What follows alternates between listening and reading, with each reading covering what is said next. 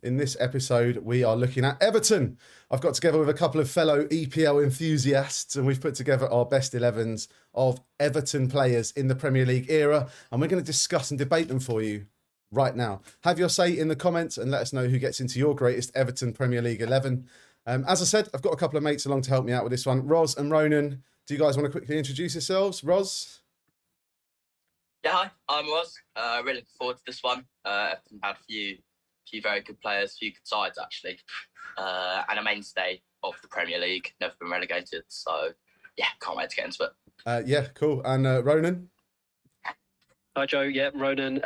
So I've been watching the Premier League for 25 years now. So yeah, also excited for this one. I think around the time I started first watching football was when Everton won the FA Cup. So yeah, and I look forward to this one. Okay, let's get straight to it then. I've got a bit of a history chat for you. They were a founding member, Everton, of the Football League and have been ever present in the Premier League since it began, as Ros just said. Everton's home ground has been Goodison Park since 1892, having moved from its original home at Anfield following a disagreement over rent. Did you know that? Disputably nicknamed the Toffees after an ancient toffee shop near Goodison Park, which sold the Everton Mint. What was that shop called, lads? Anyone? No, you've not done your revision, have you? It was called Mother Noblets. Mother Noblets. Oh, no, I knew that. Yeah. The battling 1995 FA Cup winning side, which Ronan actually alluded to, was known collectively as the Dogs of War. And when David Moyes arrived as manager, he called Everton the People's Club, which has been adopted as a semi-official club nickname to this day. Their trophy cabinet is well stocked with some lovely antiques, including the 1995 FA Cup and Charity Shield. Their highest finish in the Premier League is fourth, which they achieved in 2004-2005 season under David Moyes. There you go, lads. Hopefully you've learned something there. Have you learned anything from my little spiel? Yeah, definitely. Yeah, the People's Club is quite a statement, isn't it? We are the People's Club. It's quite a bold. It's a big, bold statement. Yeah. So let's get to our teams then, shall we? And we're going to do it in the kind of format that we like to do. We're going to reveal our goalkeepers first. So first up, Roz, in goal, you've got Neville Southall. Ronan, in goal, you've gone for Tim Howard, and I've also gone for Tim Howard. So there we go. We can see those right there. So 2-1 on the Howard front. Roz, why Southall? I think he's definitely Everton's greatest ever goalkeeper. You could argue, as I think you two might, that his best days were kind of behind him by 1992 when the Premier League started. But I'd also say, and I loved Howard as goalkeeper, another honourable mention would be Nigel Martyn. But I think in terms of, if you ask most Everton fans, greatest ever goalkeeper, they'd probably put Neville Southall in there, just for instance alone. Yeah, but we're here talking about the Premier League, you know. We're here for the Premier League, and Neville Southall wasn't really one of the greats in terms of Premier League goalkeeper, was he, Ronan? I'd go. I'd say. I mean, not Premier League for me. I'd agree. Best, Everton goalkeeper. He was an absolute legend. But his best days, I'd say, in the 80s. Fair enough. He was still around when the Premier League started. I know that FA Cup run we talked about. I think he conceded one goal throughout the whole FA Cup run. So yeah, some glory in the 90s. But I had to go with Howard from a Premier League point of view. Over 10 years at Everton, solid number one. Yes, he had some mistakes in him. He wasn't, the best keeper in the world, but he was solid, and he was there through their best years and their best Premier League finishes. So yeah, that's why I've gone with Howard. Yeah, I also went for the American. I can't believe you've gone for Southall, Roz. Tim Howard, 7th in the all-time list of Premier League clean sheets. How can he, we're here, it's Premier League chat. Come on. And of course, goal threat as well. Scored a goal, didn't he? Yes. So you've gone for the attacking-minded goalkeeper there. Yeah, I mean, he was sort of in that influx. There was almost like a sort of conveyor belt across the Atlantic of just top-class American goalkeepers in that era in the Premier League. It seemed like they sort of the only good players Americans seemed to produce for goalkeepers, and they were very good. I loved Tim Howard. I just thought if you ask most Everton fans, who stopped them on the street, best Premier League 11, they'd still probably say down Southall. Oh, I don't know. Well, if you're an Everton fan and you're watching this, get yourself in the comments and can you just tell Ros that he's wrong, right, Ronan? Tim Howard, surely. Not a popularity contest. Premier League top keeper. Over 350 appearances as well in the Premier League for Everton. Not bad at all. I think we'll have to leave it there. It's a shame that Ros has started so weakly, but let's move on to the defence and see if he's improved at all there. So, Ros, here we go. We're going to reveal your defence. A back four. You've gone for Baines at left back, Jagielka and Watson centre back, and Coleman at right back. Ronan has gone for a back five, very high wing backs. I'm trying not to reveal his centre mids here. He's gone for Distan, Jagielka and Lescott as his centre backs. Baines left back, Coleman right back. I've also gone for Baines and Coleman as the wing backs, and Jagielka and Unsworth for me at centre back. So I guess let's unpick this. First of all, let's sing the praises of Leighton Baines and Seamus Coleman. Ros, do you want to give us a little rundown on the man who allegedly created the underlap?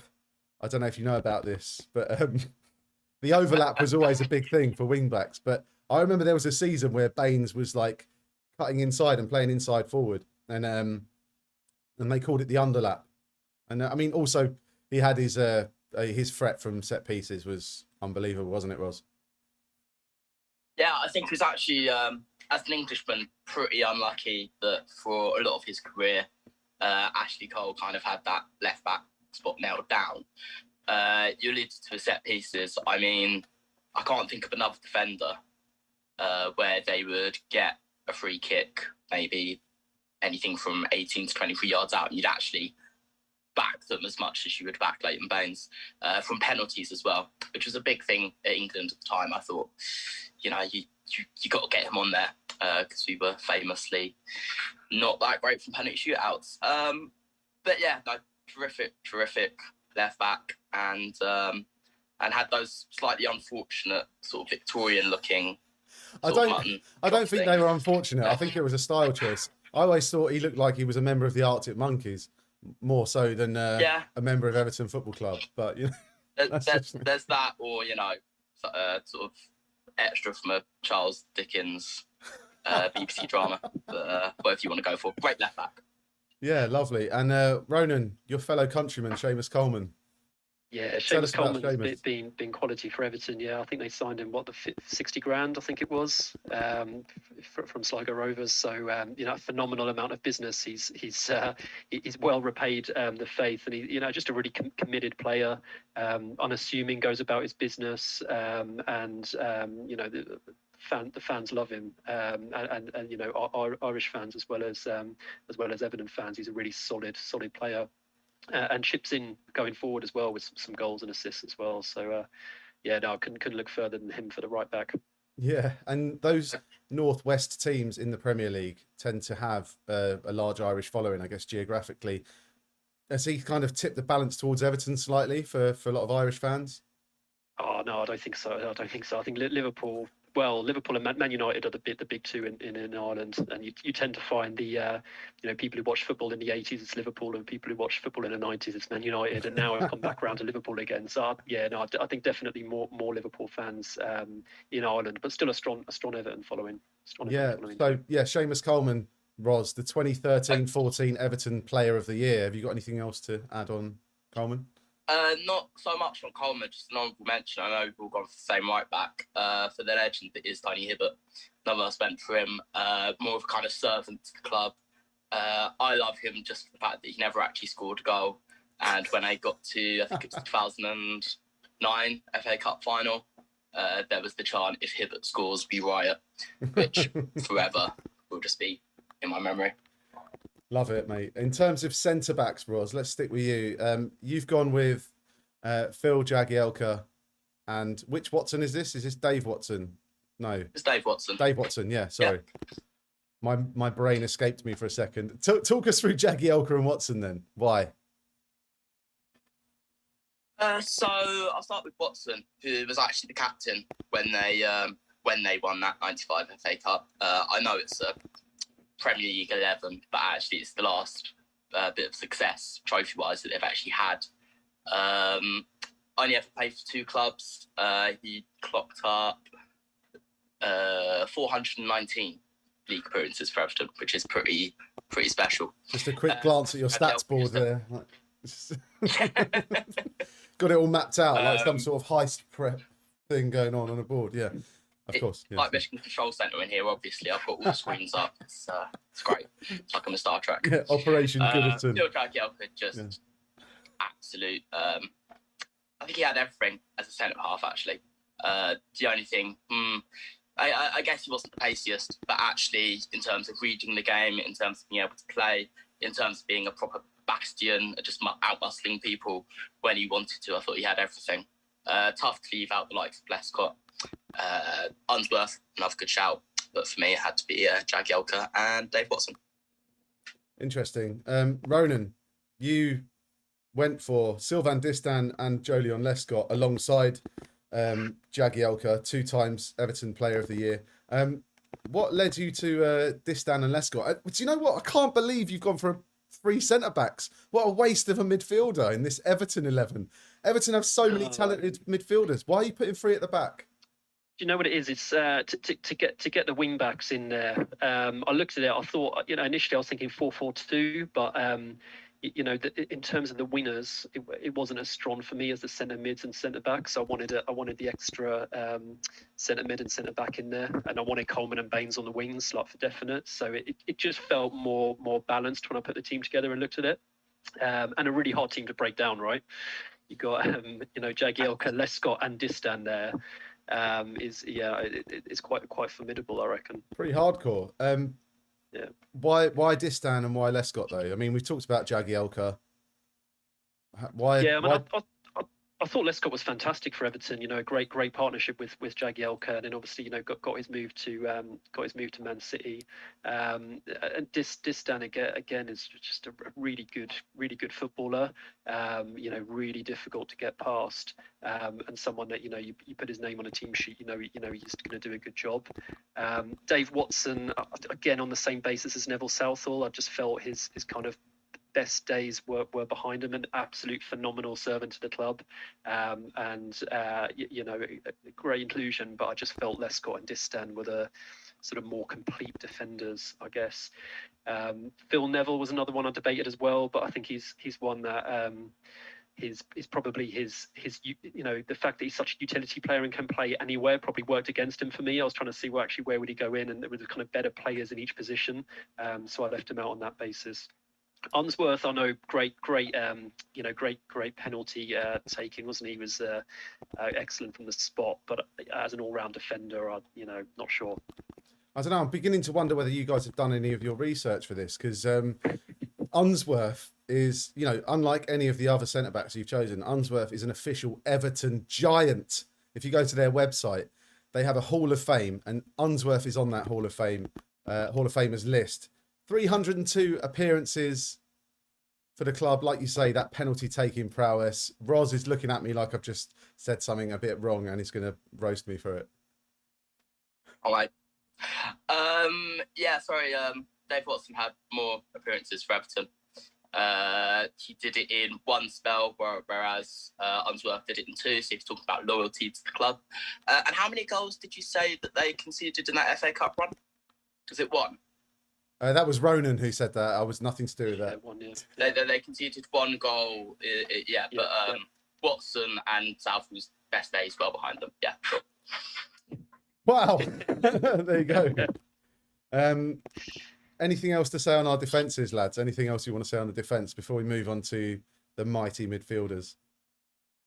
No, I think it might be worth. Wasn't it Unsworth that he did leave? He left Everton, didn't he? And then he went to I think West Ham, and then didn't Villa buy him for like 3 million, but sold him like 3 days later to Everton for the same price? It must be like the shortest length of time a player has spent at one club, because he wanted to move back to Everton. Interesting. It's got to be in Premier League history, right? Maybe I'll look that up. Terrific knowledge. That's spot on. Yeah. Spot on. There you go. Wow. Gold star for you, Ronan.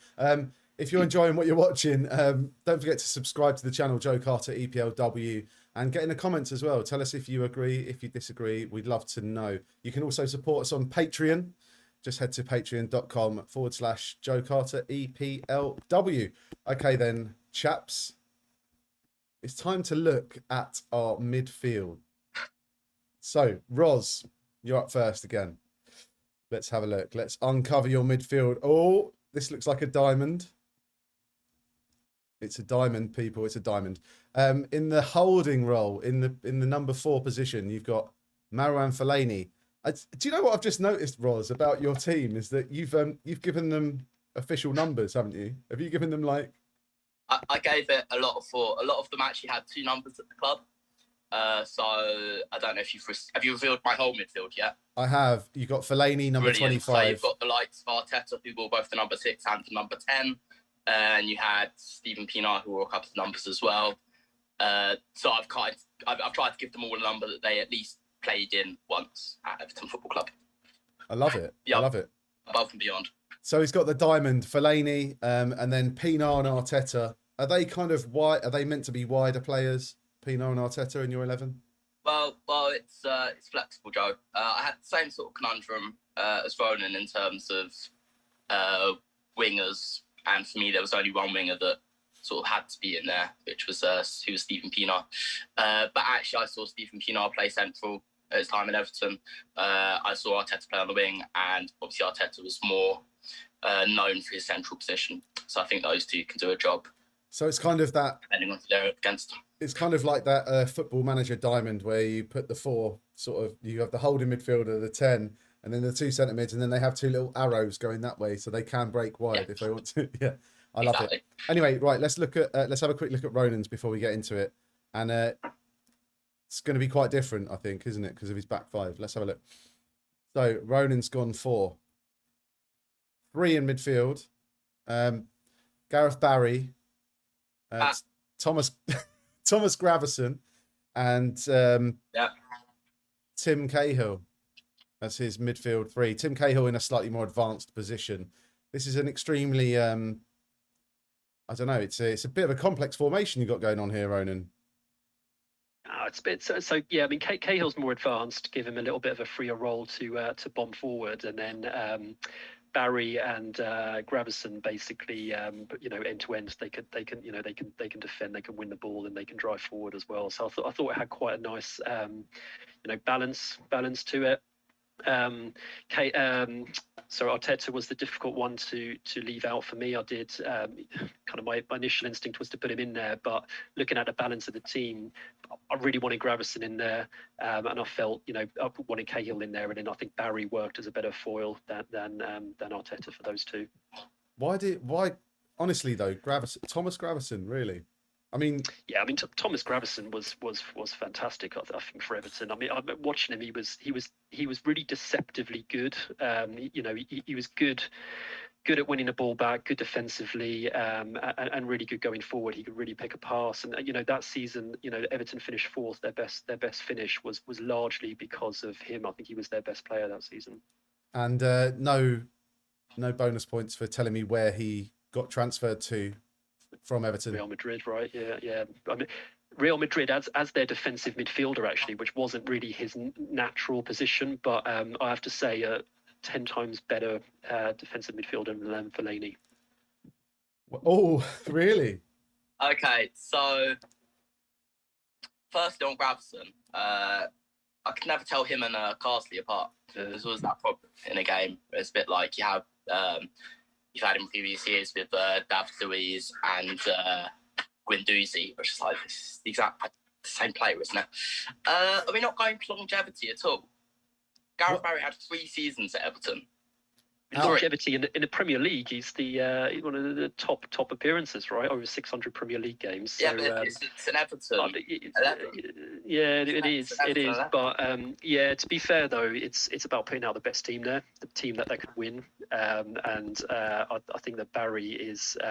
It was a phenomenal player for Everton. Yeah, you could say his best days was behind him, but he. Those 3 or 4 seasons that he was there, he was fantastic for them. And I think Barry's an underrated player. And I think he didn't necessarily always get the credit he deserved. He was consistent, and he was he's fantastic for Everton. Underrated by who, Ronan? Because he clearly wasn't underrated by Premier League managers, because everyone that managed him played him every fucking game. I think absolutely. I think just generally he's not known as the most sort of glamorous player Gareth Barry is, but he was a fantastic footballer. He wasn't just, he started off on the left-hand side and he left back and sort of went into midfield, defensive midfield. He could play a number of positions, but he was actually a much sort of better footballer than I think he got credit for. It's a difficult time, and England set up as well. He probably wasn't celebrated as much as he could have been, but fantastic footballer. I think if you're going to knock the fact that his best days maybe weren't at Everton, then you can't knock the fact that I put in Neville Southall, whose best days weren't necessarily in the Premier League. Neville's best days were certainly for Everton, just not in the Premier League. But if you're picking the time frame, I'd also say that Marouane Fellaini, you mentioned perhaps not the best holding midfielder. He's actually signed as a defensive midfielder. For me, he was sort of a more effective Phil Neville in that he played everywhere. I saw Marouane Fellaini play at centre half for Everton, up top, in the middle, pretty much everywhere in between. And just so effective in all of those positions. He excelled, I felt. What I'd say is, in your formation with those two arrows in your midfielders going left to right, I wouldn't put them too far wide there, because basically you've just got a hole there to Fellaini. And well, I had the common sense to put Dave Watson at centre half, so anything does get through. It's not. One thing I will say about the Fellaini choice, Ross, is you've kind of alluded to it already, like the fact that he played centre back, he played up top, he played everywhere in between. His best position for me at Everton was in that kind of almost a second striker role, a ball winner, in that long ball situation. So why put him at holding midfield?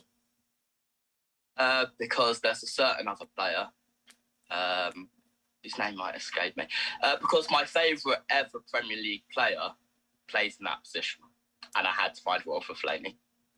Right, there we go. The truth will out. Okay, we haven't even looked at my midfield yet. I mean, this is going to be hilarious, judging by what you've both said about each other's. Let's get ready for my midfield four of, firstly, two centre mids, Osman and Arteta. And then, what do you mean, and then two attacking midfielders. I've got Cahill and Kanchelskis. So I'm playing that kind of early 2000s Inter Milan formation. The two defensive centre mids and the two attacking centre mids. I've got Coleman and Baines for the width. Kanchelskis and Cahill in the attacking roles, and Arteta and Osman in the more defensive central midfield roles. What do you make of that? I put Leon Osman in the same camp as Tony Hibbert. Great servants to the club. 350 appearances. Loved by the fans, true Evertonians, every sense of the word. But do they get into the best ever Premier League 11?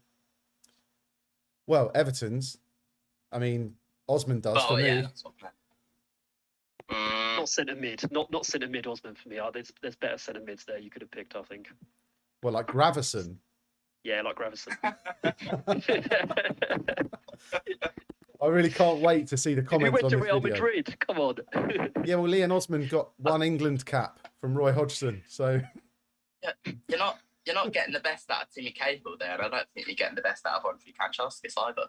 Well, Ross, quick question: who's the only player to score in the Glasgow, Merseyside, and Manchester derby? Well, I believe that'd probably be Andrei Kanchelskis. Scored two at Anfield, didn't he? Is he right, Ronan? 2-1 victory in the 90s. Again, for me, it's just longevity. Brilliant player. I think he moved on to Fiorentina after that. Yeah. In previous years, played for Manchester United. Brilliant player. But how long was he at Everton? Well, not that long. 2 years. A couple of years. He did have a phenomenal season. Yeah, he had an absolutely. He scored 16 or something like that. It was a phenomenal season, but you know me, guys. I'm a sucker for a cult hero, and Kanchelskis. He was Everton's biggest signing ever when he joined from Man United. How much did he sign for? 2 million. 2.5. 5 million. Wow. Yeah, 5 million he signed for, and that was a big deal when he signed. Leon Osman, yeah, 350 appearances for the Like club. when you talk to your grandparents and they're like talking about a £5 note, and they sort of say, "Oh, that was a lot of money when I was your age. That was an awful lot of money." I feel like we're going to have to sort of talk to modern fans and go, "Yeah, that for 5 million. Was that it?" No. Yeah. In the mid-90s, like 10,000 a lot shillings. of money. Yeah, 5 million gets you. What does 5 million get you these days? Let's not even go there. Ross, one person that I think, what did we all include? Let's have a quick check. Ross, yes, you've got him. Ronan's got him, and I've got him. Tim Cahill. Now, as our resident Tim Cahill fanboy / expert, tell us why why have we all put Tim Cahill in? Why have we all gone for Tim Cahill? Because he was really good at football. That's Tim not going to Cahill work. for me is. You can't just say that, Ross. We need Tim Cahill hard for me facts. is the best header of a football that we've ever seen in the Premier League, and I will debate that with anybody because it's not just how he actually heads the ball. The guy's 5'10", and his reading of the game to get into those positions. Scored something like 1 in 4, 1 in 5 goals for Everton, which is pretty phenomenal. Came for a disgustingly low fee, less than Andre Kanchelskis. I think it was about 1.5 million from Millwall there, and bargain of the century. I mean, quite underrated, I think, because he had a nasty side, he had a sort of aggressive side. We all know about his heading ability, but actually just his technique was phenomenal. I don't know if you remember the goal he scored in the World Cup on his weaker foot, and it was a sort of volley against Holland, and it was absolutely sensational. As a footballer, he had incredible ability, and also just a really good guy to manage, but sort of do whatever David Moyes would ask of him. Proper gentleman of the game, just an all-round top bloke. Love it. Okay, a bit like Frank Lampard. Anyway, one more. Like before we move on to our attacking players, Roz, very quickly. I don't know how this has slipped under the radar and you've got away with this, and Ronan hasn't pulled you up on it. But Stephen Pienaar, really? Yes, definitely. Everton's best ever Premier League 11, and you're going for Stephen Pienaar. Why? Had 2 spells at the club. Unbelievable technical player. Probably the best South African to ever play in the Premier League, I'd imagine. Brilliant player. I would just run at defenders, like world-class defenders, and absolutely run them ragged on his day. Top player. It's not a surprising conclusion at all. I don't know, Ronan. What do you reckon? What do you make of Pienaar? Yeah, I mean, Pienaar was a good player and linked up really well with Baines on the left, and kind of I did debate when I was thinking about a 4-4-2 going with Pienaar down the left, but I think there's just stronger players there. I think having Barry, Gravison, and Cahill gives better balance in the middle, and you can use Baines and Coleman as the wing backs. You don't need winners when you've got Baines and Coleman in your team, and Pienaar just didn't offer enough for me to get in there. Even Pienaar had 4 spells at the club. One on loan, and they bought him. Another one on loan, and they bought him. Yeah, but that's not, Well, it sounds like they weren't sure about him either, mate. So right, let's get on to our attacking players. Sorry to cut you there, but a few shocks coming, boys. Listen up, Roz. You're up front. You've got Ferguson and Lukaku. Ronan up front. Rooney and Lukaku. And I went for... I don't know if you've noticed my team, by the way. I've gone for that 95-96 away kit. It's the blue and yellow stripes. Do you remember that? Oh, that sort of faded into black, the blue stripes. Yeah, beautiful. And I've gone for Lukaku and Rooney up top as well. So I've gone for Lukaku, Rooney. Ronan's gone for Rooney just off of Lukaku. And Rowan's gone for Ferguson and Lukaku. So... Roz, earlier when you said that you couldn't put Fellaini up top because your favourite player of all time played in that position, you were clearly talking about Romelu Lukaku. So why have you gone for Lukaku?